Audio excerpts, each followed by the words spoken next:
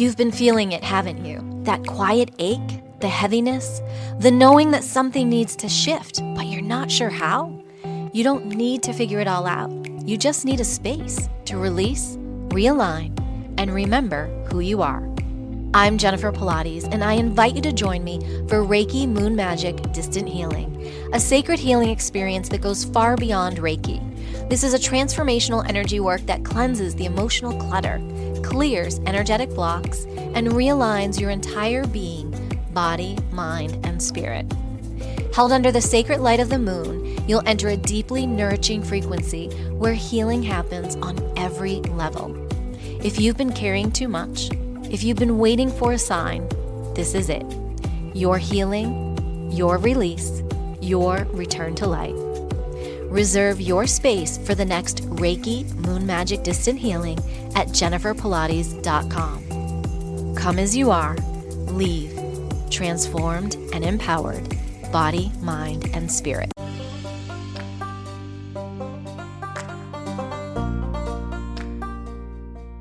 Welcome to Empowered Within, a soul-quenching, transformational podcast that will set your soul on fire through candid and inspiring conversations. Leading experts, celebrities, healers, and I share our journeys of how we've overcome challenges to living an empowered life from within. I'm your host, Jennifer Pilates. Welcome to another episode of Empowered Within.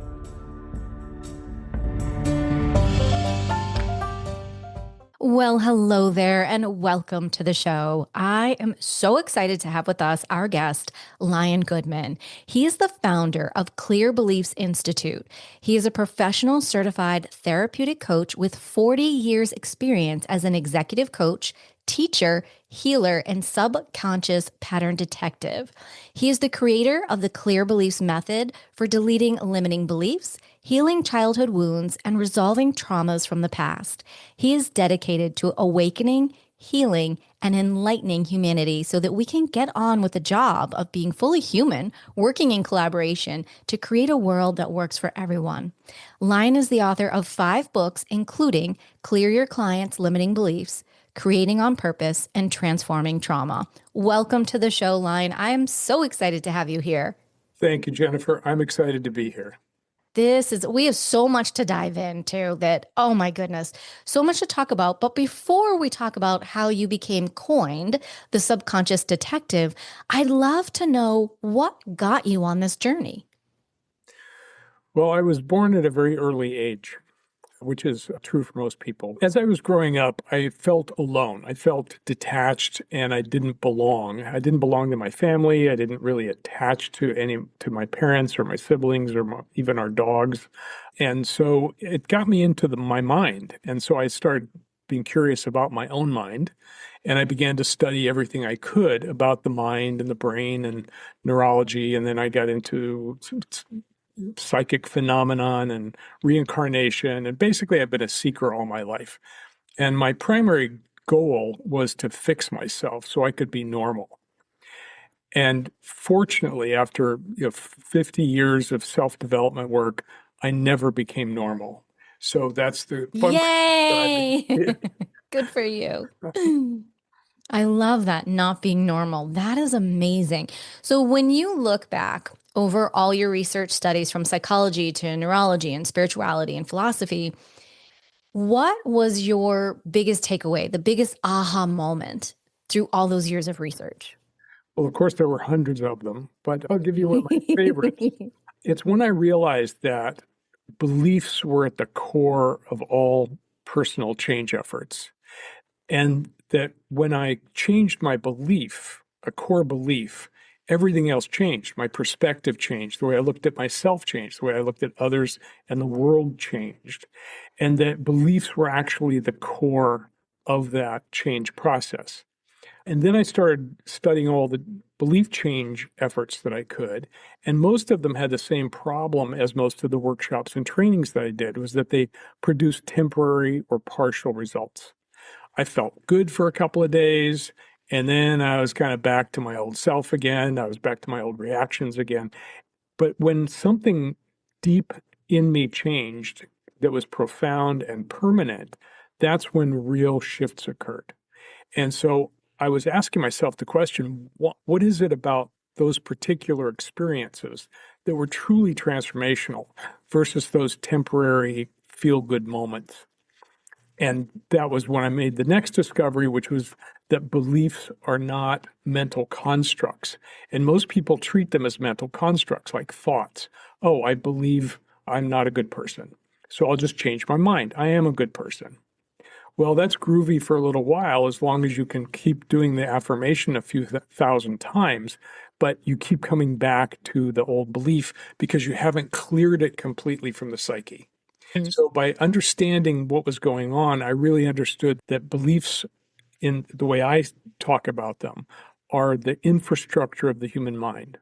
They're not mental constructs, they're multidimensional constructs because they come from our experience, and our experience is multidimensional. Right now, you and our listeners are seeing and feeling and sensing and intuiting and knowing and understanding, and you're in a particular environment and in particular relationships. And so we are multidimensional beings having multidimensional experiences at all times.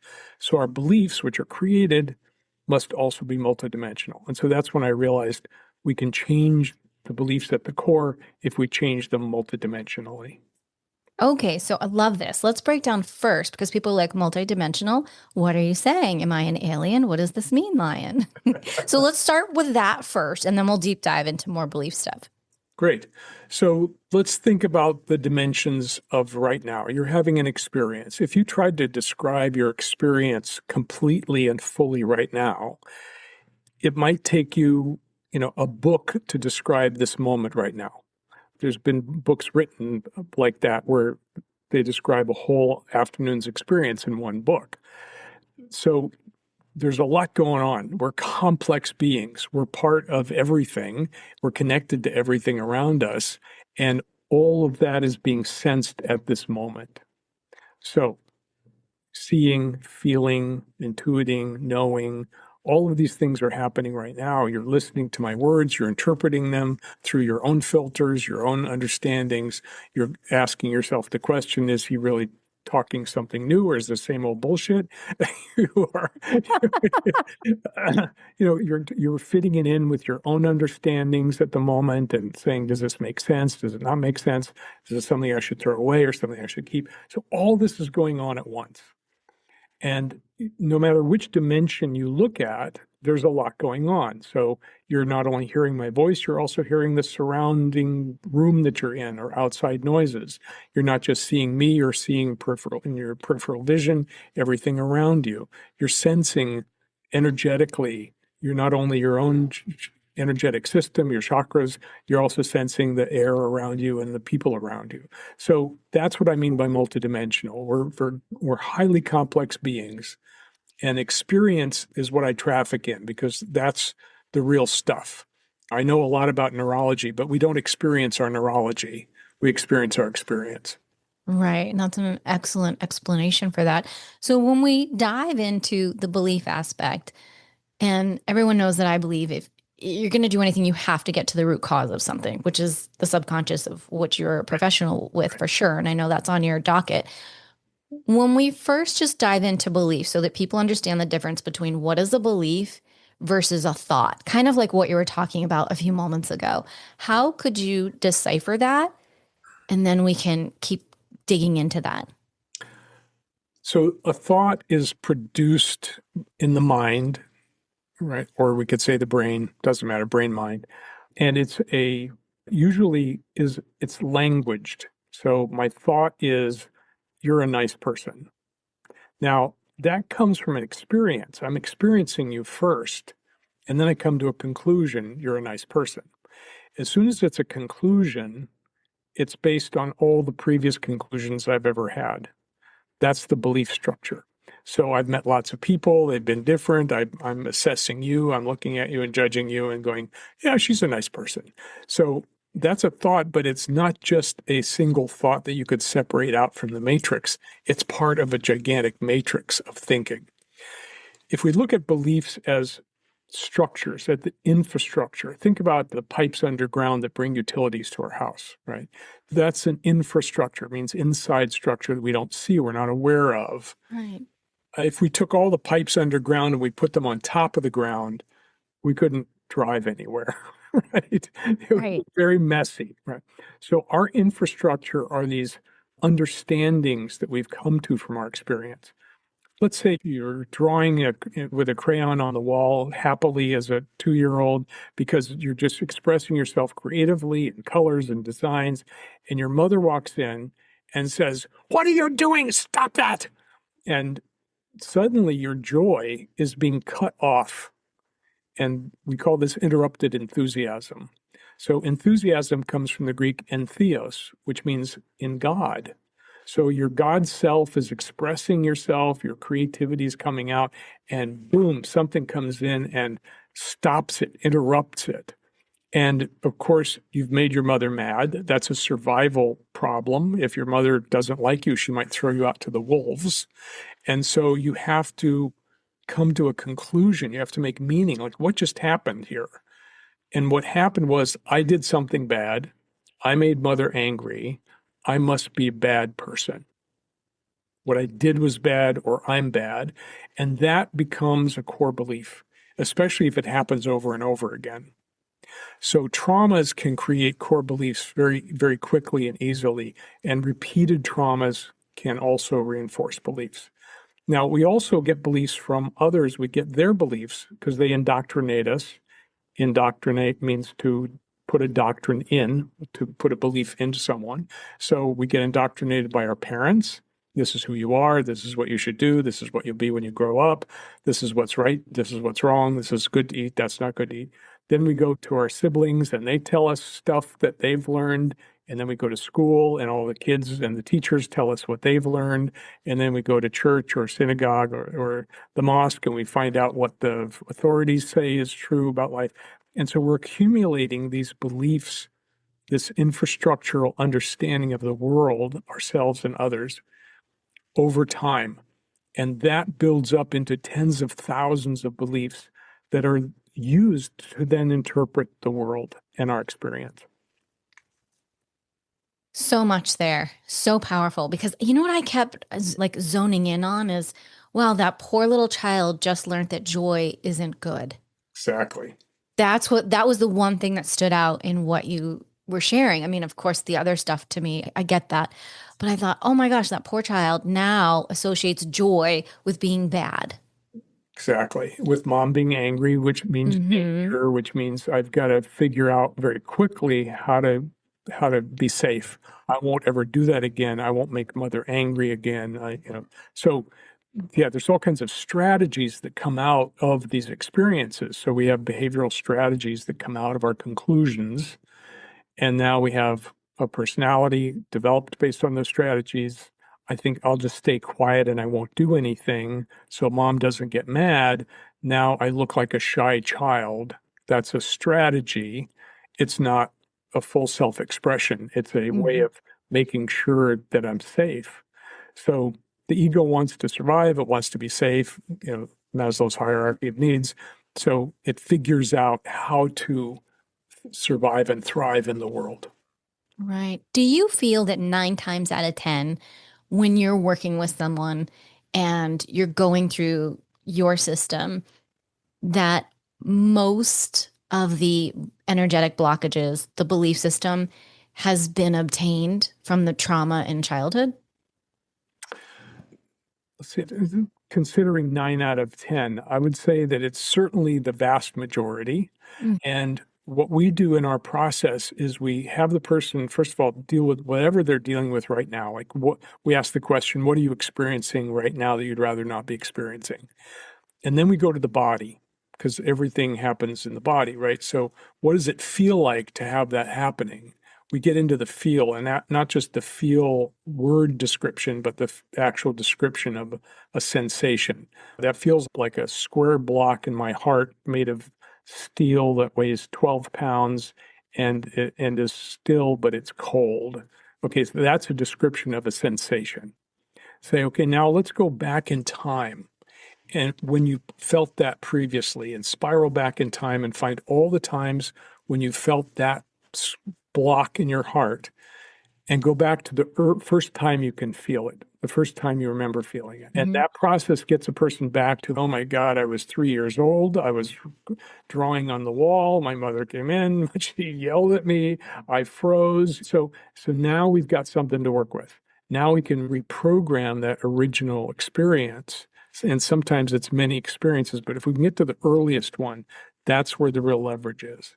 So then we work with that experience and we transform it, which then transforms everything else.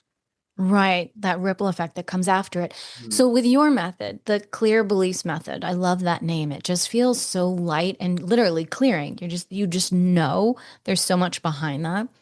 How do you feel that your program is different versus all of the other subconscious programs that are out there that, everything that wants to erase and reroute your limiting beliefs? What makes you so amazing? Because you are so amazing. I know, but I want our listeners to know. Well, I've studied, I don't know, probably 50 or 60 different belief change methods. And they all are based on the same principle, which is that thoughts are things, and if you change your thoughts, you change your experience. That's partially true. A belief is not just a thought, it's also a feeling, a physical sensation. It's also a history, it's also a memory, it's also a limitation in behavior, it's also the whole thing, that multidimension.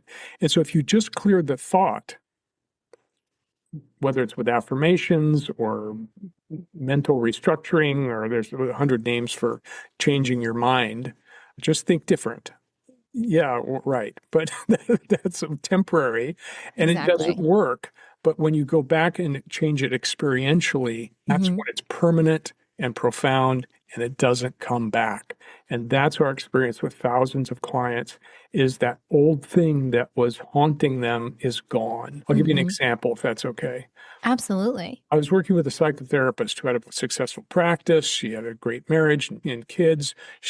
But the one thing she could never clear was this feeling something bad is going to happen.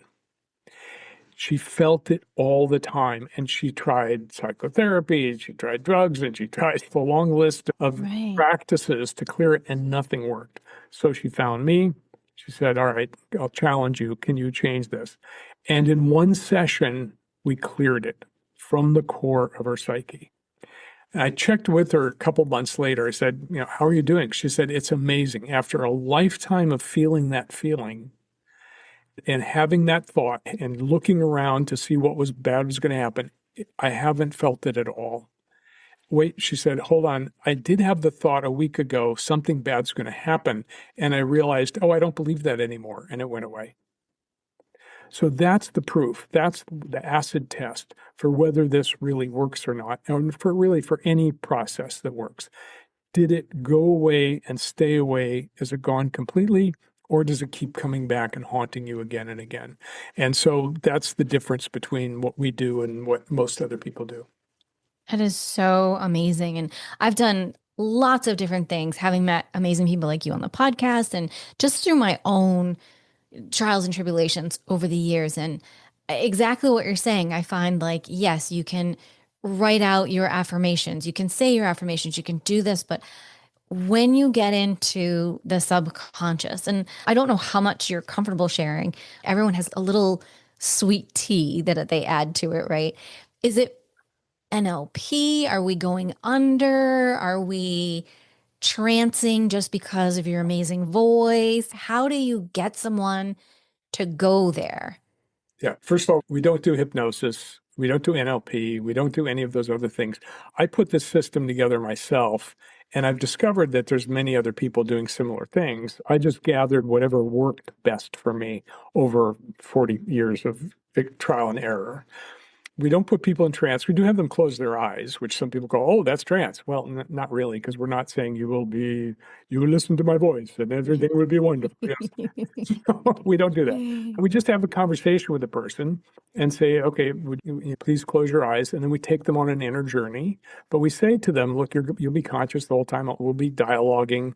Just tell me what you're experiencing. And that's enough. It doesn't have to be all woo-woo and mystical and trancy. Right. I asked that because I just know and I can sense some people go, oh, here we go again. Someone wants to try to put me under. And that I remember in my early stages, like someone would say NLP and I'd be like, peace out, bye. I know. And now I've experienced it in different ways, but that's why I think it's so important for people to understand there's so many different modalities and you just have to find what works for you. Absolutely. And find the right person, because a lot of times too, it's the connection with the individual that allows you to get to that place where you're willing to truly be authentic and vulnerable. And then that's when the gates can open and miracles can happen. Yeah, as I said, I've taken over 100 workshops and trainings. I spent 20 years doing shamanic practices. All of this has informed what I do. And I have a comprehensive view of human beings. I see them as beautiful lights that are shining, but then it gets covered over with all the crap that we've accumulated in our lifetime. And my job is just to help clear the layers of funk that has been accumulated all of those decades. And we do it one piece at a time. You can't do it all at once. If so, you blow people away. But by clearing the major pieces out of the way, pretty soon people brighten up and they have a different view of themselves in the world. Right now, we just completed a 6-month project with the welfare department of a state in the Northeast. And we were coaching people who were in poverty, who wanted to get out of poverty. And in just 6 months, we got a lot of them out of poverty, but they all changed their viewpoint. And so we feel it was a real success. We're going to be writing up a research paper pretty soon. But we saw incredible results. And the people in authority and the government said, we've never seen this kind of transformation before in anything we've ever offered to people. And people are coming back to us and saying, oh my God, my life has changed. Nobody's ever said that to us before. So this was a pilot project, but we hope to expand it because even poverty is traumatic all the time. It's like there's no PTSD, it's all TSD. It's trauma, trauma, trauma all the time. There's no post. And so trying to help people clear those major pieces of the traumatic experience of poverty, it's a job. And it takes time to clear the big chunks out of the way. And then the person has themselves and they say, okay, I can take it from here. I've got it now. Thank you for clearing those things that I couldn't see. And so that's divine work for us. First and foremost, congratulations. That is incredible work to be doing in our world right now. And that just warms my heart to hear that program. Gosh, I hope it goes worldwide for you because we need that. We really need that. No one should be in pain. No one should be living in poverty. I don't believe that's not why any of us are here on earth. I agree. When you are working with someone, do you find that perhaps they come to you for one reason and then all of a sudden you begin pulling back the onion, but really while they're there is something completely different that like maybe a cause and effect to why they show up? I'll give you a great story about that. So a very advanced CEO came to me and he said, I've made millions of dollars, but I've also lost millions of dollars. In fact, every time I make millions of dollars, I lose millions of dollars. I don't know what's underneath that, but can you help me? I said, sure, let's go exploring. So in about the third session in, I took him back to his childhood, which he did not remember until we did the work. And he suddenly remembered being on the streets of New York with his mother hand in hand. He was about 2 years old. And he looked down and he saw a shiny penny. And he reached down to pick it up. And his mother jerked him back and said, don't touch that, it's dirty. And he realized that the reason he couldn't hold on to his money was because it was dirty and he shouldn't touch it. So he had to therefore lose his millions that was very good at making because he couldn't hold on to it. And that transformed his life. He didn't have to lose millions of dollars anymore.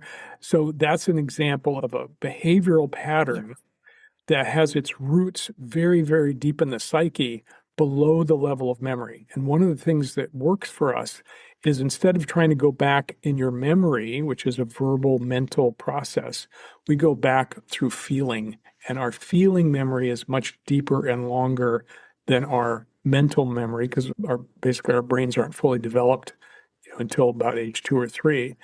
And that's why most people don't remember that. But we take people back into early memories, even into the womb, and sometimes further back into past lives. So these influences are deep and profound, but we can find the core, the root, clear it, and it disappears from life. That is an incredible share. That was, wow. I mean, I really hope that people just stop and just pause and re-listen to that part because that is so powerful. I mean, literally everyday things affect us consciously, subconsciously, which brings me to something that I read about when digging in is that there are symptoms and conditions around negative and limiting beliefs that they can cause in the body. And I don't think that people realize that. And I'm wondering if you're willing to share some of that, to shed some light on that for people. Sure. So the body is one of those many dimensions. It's many of the dimensions because it carries our senses, it carries our nervous system, it carries our patterns. So it's anything that we're limited by is going to show up in the body at some time in some way. Now, it might not show up until you're an adult, when you have a heart attack, but that heart attack is likely based on the limiting belief, I can't be angry. So I have to suppress all the anger. And so all of that has to go somewhere. When we suppress an experience, when we avoid experiencing something fully, we have to put it somewhere. And it often gets shoved into the body. It can also get shoved out into psychic space where it's sort of a piece of you is separated from you. So in shamanic studies, they call that soul retrieval. We call it voice dialogue, where we bring back those parts of ourselves that got left behind somewhere. But there's physical results of our limitations. Now, here's another important fact. All beliefs are limiting. All of them. For example, when I say that is a cat, Mm-hmm. call that a true statement, right? A fact. But in fact, it's a belief. That is an animal called a cat. As soon as you say that is a cat, you no longer have a relationship with that creature. You're now in your head, you've labeled it. And so you're not experiencing the wonder of that animal. If you live with an animal, you get to experience its wonder because you're not labeling it all the time. But you see a cat at somebody else's house, it's over there, it's a thing, right? So we thingify in our language and we thingify in our brain. And so every word is a belief. So our entire language is a belief structure. Beliefs are basically taking the whole incredible, complex universe world and shoving it into a little box and putting a label on it. And so when you start going down the belief rabbit hole, you find its beliefs all the way down, right, until you get to raw experience. And so that's where the infrastructure is in the deep subconscious, where you've come to conclusions and strategies and behaviors that work to survive that particular situation, but then they get applied the rest of your life. And now you can't hold on to your money because your mother told you it was dirty and you shouldn't touch it. Right. I love this. I just had this experience with someone the other day who they were having a flare up, a very bad pain episode. And they were like, oh my gosh, the last time this happened, I was sick for days and blah, blah. So they went right back to that experience. And I literally grabbed the person and I said, look at me. This is today. This is this moment. You are not sick. You're having a moment. This is not 12 years ago. This is this moment in time.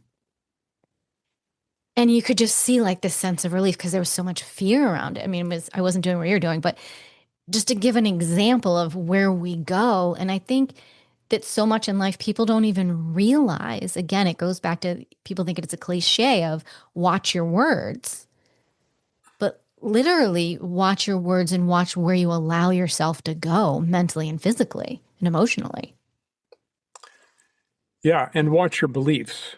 What do you believe about that thing that you just Mm-hmm. said? What do you believe about that thing you just experienced? One of the rules of the mind, which I think will be helpful for everybody, is that when you completely feel and experience something, anything, it goes through a creation cycle and it gets completed.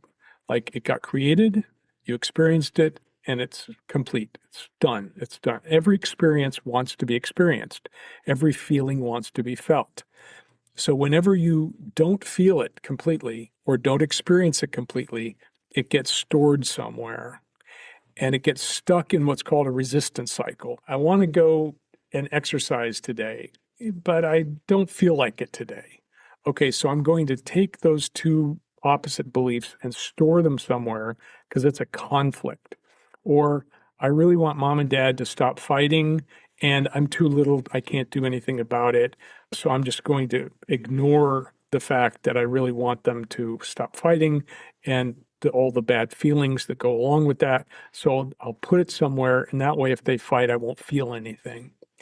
All of those stored experiences that didn't get fully felt or experienced, they get stuck in the system. It's like putting a kink in a water hose.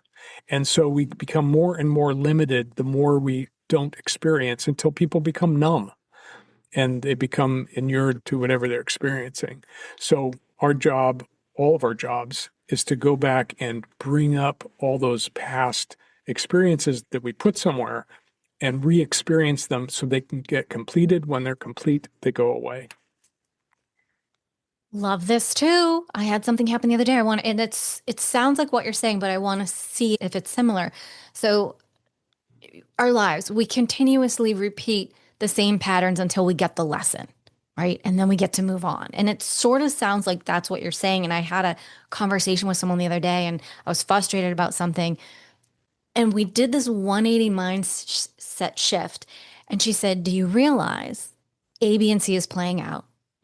And you've never completed it the last 3 times it came up because of your exit strategy.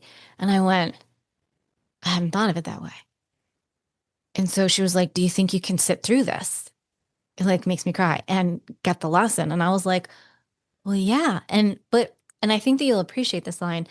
I was coming from the mindset of, well, I have set healthy boundaries. God, the universe is going to be so proud of me that I'm sticking to these healthy boundaries. But there was a whole nother piece to it that I was never even seeing, that I was missing out, kind of like what you're saying. Like we have to experience, because I wasn't experience. There was a whole experience that I was missing out on that I didn't even realize because of a limiting belief of thinking that this one thing is what I was supposed to be doing. Right. That's one of many ways to avoid your experience. You can think about it. You can distract yourself by going somewhere else. You can suppress it. You can hide it. You can talk to someone about it endlessly without ever experiencing it. We have hundreds of ways of not experiencing our experience, but there's only one way to actually experience it fully, and that is to feel it in its fullness at the moment. And most experiences, most feelings last 30 to 90 seconds. Here's a fun experiment people can do. If you ever get up in the night and you bang your shin against a table because the lights are off, and my immediate reaction is, "Oh God damn, I'm so stupid. Who put that there? What an idiot I am!" So suddenly I'm not experiencing the pain of my shin. I'm in my head blaming somebody else or myself. Okay, so here's the trick. Instead of doing that, take your shin and push it up against the table again and feel the pain completely. Ah.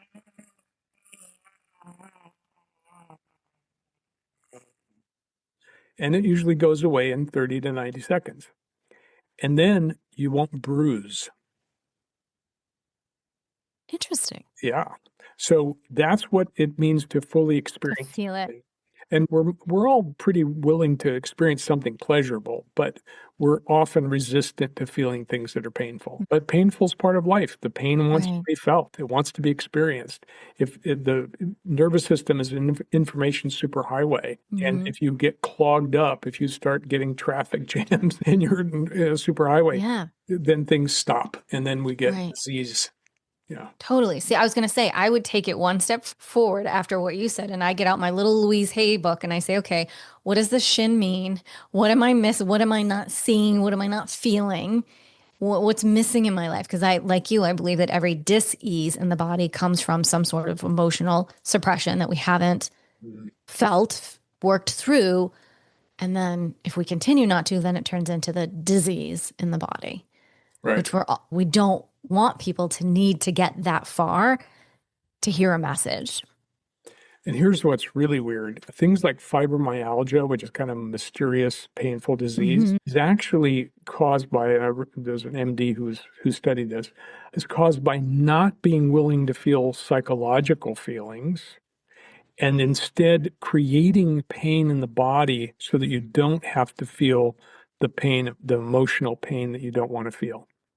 So that's how smart the brain is. It'll find another way to distract from what we really have to deal with, and it'll distract us even with artificial pain. That is so amazing and just so impactful. I love when you can dig in and go further and blow people's minds with a statement like you just made, because it's things like that people need to know. You're not a bad person. You didn't cause this. Outside circumstances, things happen, but now you know that you have a way to release it. So why wouldn't you? Absolutely. Right.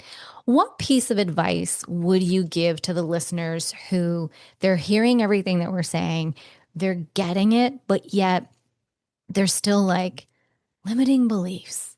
So now is everything that I say a limiting belief? Like, what do you say to that person to simplify it down so that someone isn't freaking out going, Jesus, what have I just said driving down the, down the highway? Well, first, I would make it a practical recommendation. In both of my ebooks, which are free, one's called Clear Your Beliefs, the other one's called Clear Your Clients' Limiting Beliefs. There's a process in there called belief self-diagnosis. And it's a way to begin to uncover the subconscious beliefs that we have that are driving our life that we're not aware of. So it basically says pick an area of your life you're having problems with, like finance. And then it says, okay, what do I believe about money? And you allow your subconscious mind to speak using this process. And you write down all the beliefs you have about money. What do I believe about finances? Well, write down all those down. And so you just allow the brain to kind of come to respond to your question of what do I believe about that thing? And then you end up with a list of hundreds of beliefs that you have that are running your life. Money doesn't grow on trees. You have to work really hard to get money. Nobody wants what you're selling. You're in the wrong profession. And then you can start examining them, saying, wow, this stuff is running my life. This is the engine running my life.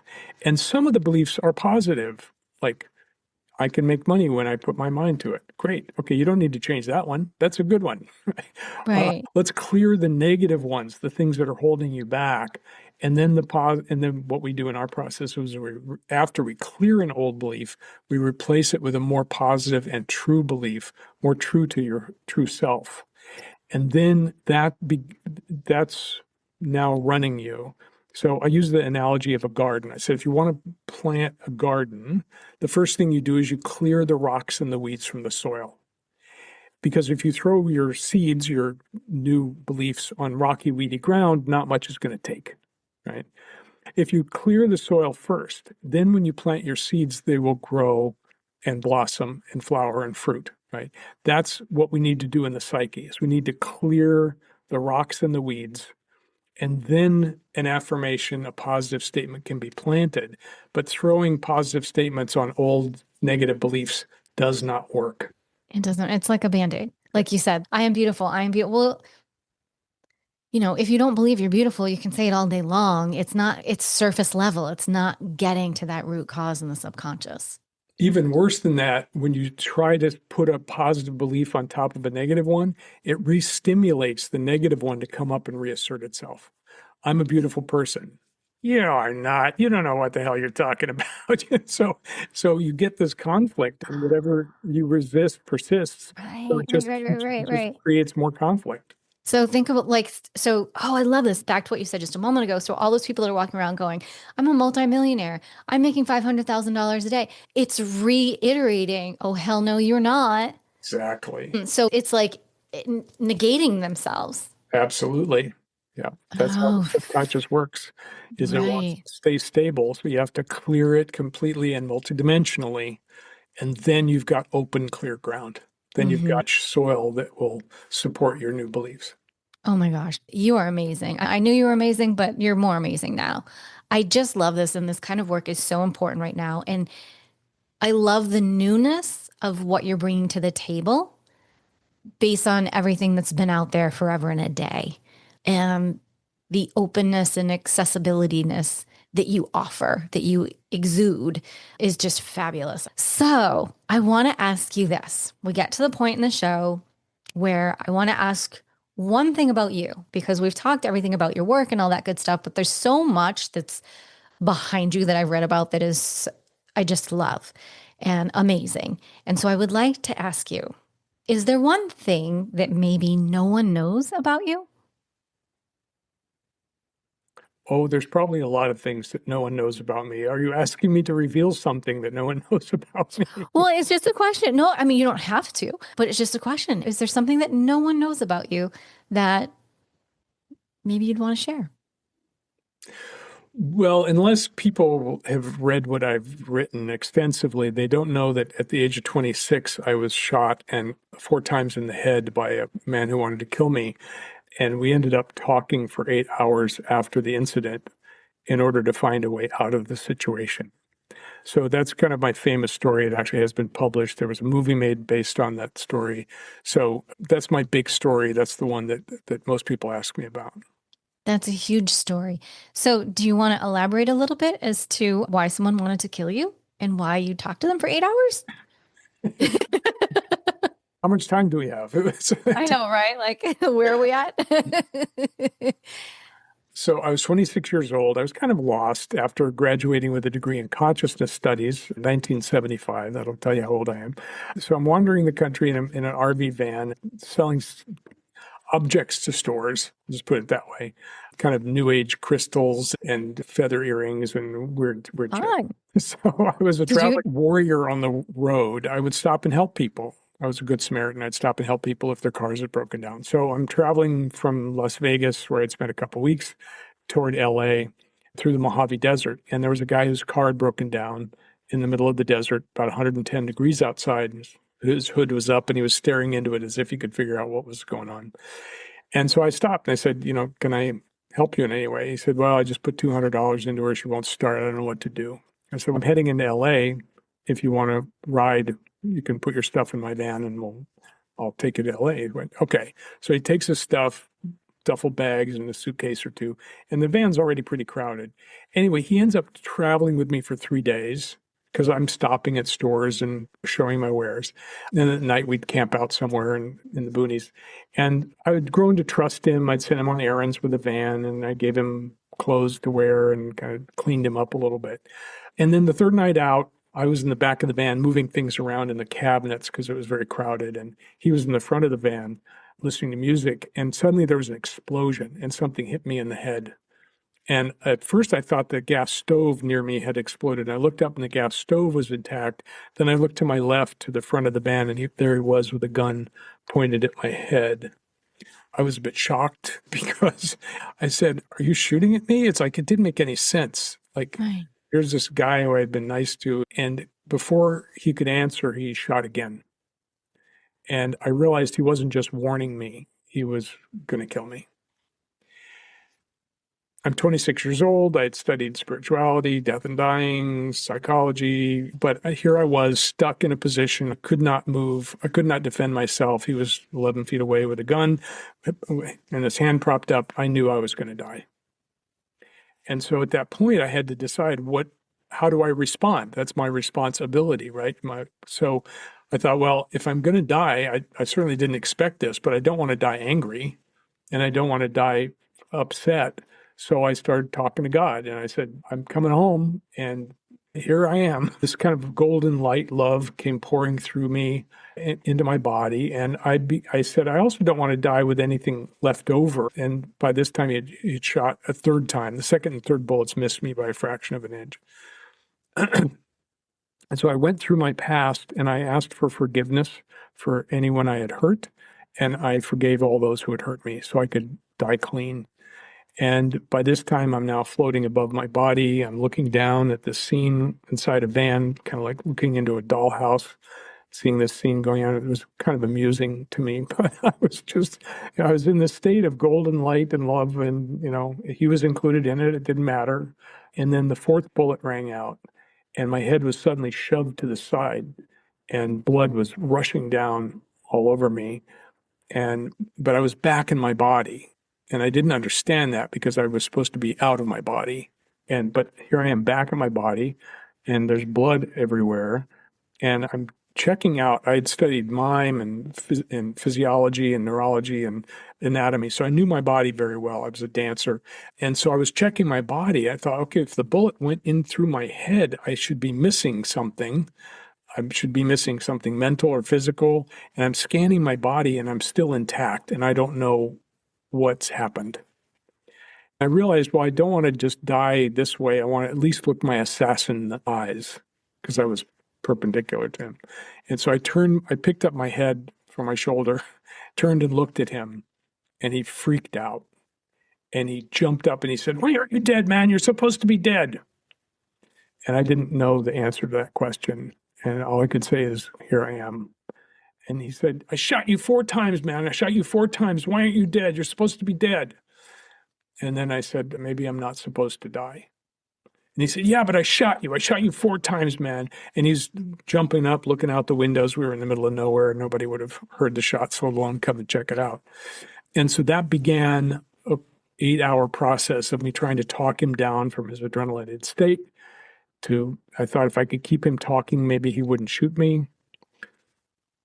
Just to make a very long story short, we ended up negotiating for all those hours. I was curious about him. I was like a coach. I was asking him questions about his life. How did you decide to do this? Why did you decide to do it now? What was your motivation? I was gathering information. And we ended up, after a long period of time, coming to an agreement. And the agreement was that I would let him go and he would let me go. And I would not report him to the police. And he would never do anything like that again. And we shook on it. I dropped him off, took myself to the hospital where the doctor who was sewing up my scalp said, "You're a lucky man. 2 bullets bounced off your skull, grazed you." And I said, "No, I'm a blessed man." So that began a whole new life for me. I stopped being a salesman on the road. Enough of that. And I became a headhunter, which is kind of ironic, don't you think, that I had my head hunted and I became a headhunter? That was my first career for 25 years, helping corporations find people. Oh, that kind of a headhunter. Yes, right. I immediately thought like bounty hunter. Interesting. I never thought of it that way, but I went right to bounty hunter. Okay, but headhunter, yes. I should have yes. That is, wow, I'm so grateful that you shared that story. I'm grateful that you're here to share that story. That is so impactful and powerful. And I would ask this personally, and I always talk about it a lot on the podcast. I believe there's a lesson and a blessing in every moment of life, as big or as little as it is. What do you take away as your lesson and your blessing? Well, it ties back to our previous conversation, which is that I went, instead of resisting what was happening, I went into acceptance. I went into a deep state of relaxation and connection to God. And because I was so relaxed, that 4th bullet actually pushed my head over, which allowed the bullet to glance off. If I had any resistance to what was happening, if my neck had been tight or my jaw had been tight, if I didn't want to die and I was trying to prevent this thing from happening, the bullet probably would have blown the top of my skull off. So the lesson in there is experience your experience as it's happening without resistance, and you will get through it much easier than if you resist. And it might save your life. Absolutely. I would say the blessing is that you're here to share this incredible story with us. I second that. Absolutely. Oh my goodness, Lion. You're just amazing after amazing after amazingness here. Will you share with our listeners where they can best connect with you to learn more, grab your books, and hopefully have a session with you? Absolutely. LionGoodman.com. That's Lion, Goodman.com. And that has all my books. It has all my coaching information. It has all my articles, including this story. Under the articles section, you'll find Lion's near-death experience. And at the very end of that document, which I recommend to read, is the link to the video of the short film that was made based on that story that won a Best Film Award at a film festival. So that was called The Kindness of Strangers. Beautiful. I love that. And as always, all of Lion's contact information will be over in the show notes at jenniferpilates.com. Thank you so much for being here today, for sharing the depths of your soul, for sharing the depths of your knowledge, and really helping to bring us all into better alignment and to better understanding today. Thank you, Jennifer. It's been a true pleasure. You're a great hostess, and I really appreciate being on your show. Thank you so much. Well, everyone, as we say, until next time, may you live an empowered life from within.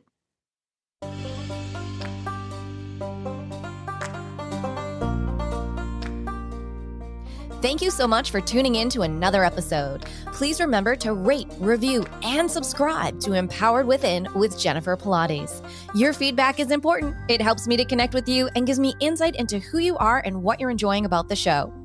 For today's show notes and discount codes from today's sponsors, head over to jenniferpilates.com. Until next time, may you live an empowered life from within.